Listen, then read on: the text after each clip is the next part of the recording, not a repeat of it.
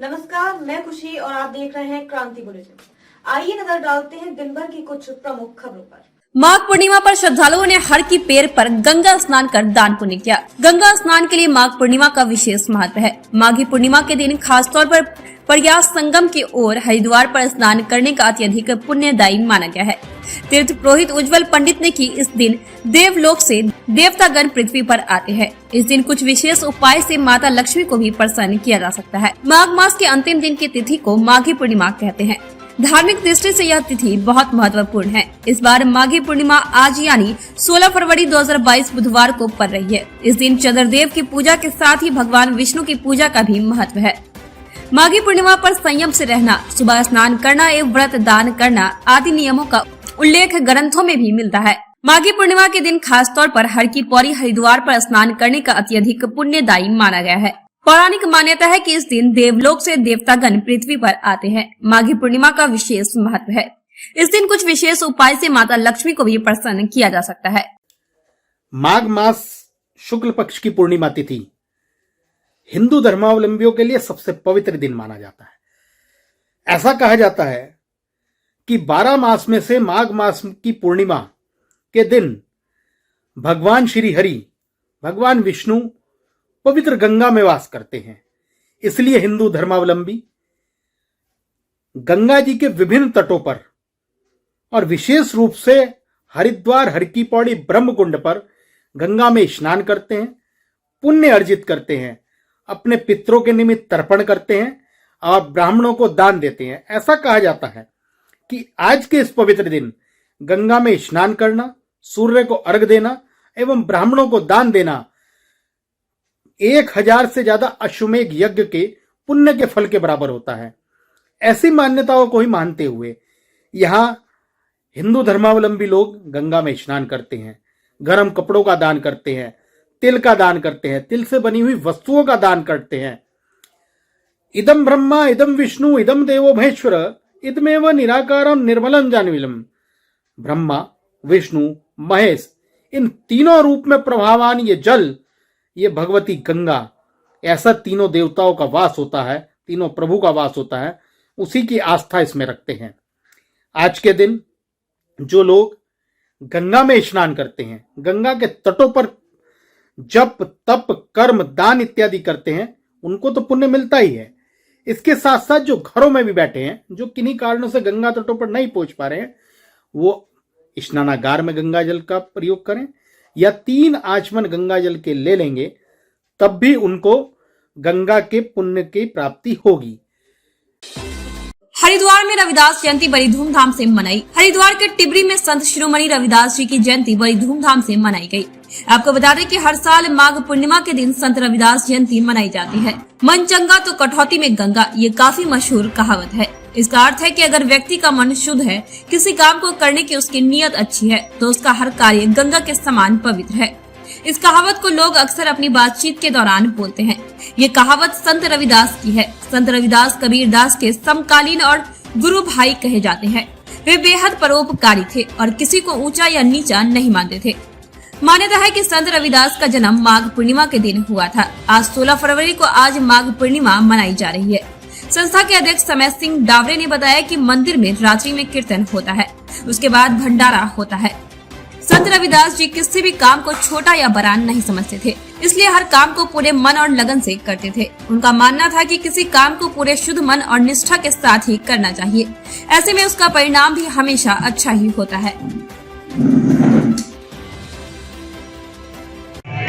और हमारे यहाँ से जो है ना, ये पहले पूजा होती है, पूजा रात को सत्संग होता है, पहले फिर जो है ना पूजा होती है सुबह, और पूजा के बाद जो है ना यहाँ भंडारा चलता है। ये कम से कम 5000 आदमी का भंडारा है। और मेरी सभी से अपील भी है, पहले भी अपील कर चुका हूँ कि भाई डिस्टेंस बनाए रखें और कोविड का जो है ना पालन करें। और हमारे यहाँ से जो है ना महिलाओं का अलग से है, पुरुषों का अलग से है। और हमारे जो है ये जो हमारे कार्यक्रम होते हैं भजनी, और हमारे यहाँ जो चीफ गेस्ट आते हैं उनका स्वागत करते हैं, वो भी जो है ना माथा टेक के जाते हैं। यहाँ हमारे मुख्य अतिथि ईडी साहब जो है ना अभी आने वाले हैं, उनका जो है ना उनका भी हमें आशीर्वाद प्राप्त होता है। वो भी गुरु महाराज जी के चरणों में अपने शीश निभाते हैं। गुरु जी जो संत है सबको समानता का अधिकार से देखना चाहते थे और सबके लिए जो है ना उन्होंने जो है ना वाणी भी कही है, ऐसा चाहूँ राज में मिले सभी को अन्न, बहुत बड़े से प्रसन्न थे रविदास रहे प्रसन्न। बिरादरी पर टिप्पणी करने का किया विरोध तो झोंक दिया फायरिंग युवक घायल। खबर लक्सर से है, जहां खानपुर विधानसभा के गांव गिद्धावाली में विधानसभा मतदान को लेकर दो पक्षों में कहासुनी हो गई और मारपीट होने लगी। विवाद इतना बढ़ गया कि एक पक्ष ने दूसरे पक्ष पर तमंचे से फायर झोंक दिया, जिससे एक युवक गोली लगने से घायल हो गया। घायल अवस्था में युवक को नजदीकी अस्पताल लक्सर लाया गया, जहां डॉक्टरों ने युवक को गंभीर बताते हुए हायर सेंटर रेफर कर दिया। पुलिस ने मामले में जानकारी करते हुए आरोपित पिता पुत्रों के खिलाफ मुकदमा दर्ज कर लिया है। आपको बता दें कि गिद्धावाली निवासी अनिल ने पुलिस में तहरीर देकर बताया कि रात के समय अमरजीत सुंदर विजय गांव में एक रास्ते से जा रहे थे। इसी दौरान प्रीतम सिंह व उसके बेटे अभिषेक विशाल ने उनके साथ बिरादरी को लेकर गाली गलौज और मारपीट की है और बिरादरी पर टिप्पणी करते हुए अपशब्द बोलने पर उन्हें टोक दिया था। आरोप है कि प्रीतम सिंह भड़क गए और तभी उनके बेटे ने तमंचा ला कर दिया। जान से मारने की नीयत से उसने फायर झोंक दिया। फायर से वह बाल बाल बच गया, लेकिन कुछ दूरी पर खड़ा युवक अजीत गंभीर रूप से घायल हो गया। हमारे घर के पास को आदमी जा रहे थे, सैनी मतलब अलग सैनियों की पार्टी के, वे नारेबाजी करते हुए मेरे पति घर से बाहर निकल कर देखने लगे। मेरी लड़की भी उनके साथ थी मेरे पति के। फिर बाद में मैं आई तो उन्होंने गुजरों की पार्टी ने गोली चलाई उनके ऊपर। किस बात को लेकर गोली चलाई? आपने वोट हमारी पार्टी को क्यों नहीं दी? पढ़नों को पता नहीं मुझे तो उनकी पार्टी अलग थी, पढ़नों की पार्टी थी उनकी। उमेश पत्रकार को आपने क्यों दी वोट? आपका जमाई लगता है क्या? तो लड़कों में आपस में उन्होंने ऊपर से गुजरों ने गोली चलाई। एक लड़का नीचे था, उसने सामने से गोली चलाई तो वे अलग भाग गए लड़के जो और पार्टी के थे। मेरे आदमी को क्या पता नुका, हमारे तो किसी के साथ झगड़ा ही नहीं था और सामने से गोली इनके लग गई। गिद्धावाली गांव से पेशेंट आए हैं और गन शॉट इंजरी है। अभी हम लोगों ने मेडिकल कर दिया है और हरिद्वार भेजा है एक्सरे के लिए और सर्जन की एक्सपर्ट ओपिनियन के लिए। लावण्या मामले में तमिलनाडु सरकार का फूका पुतला।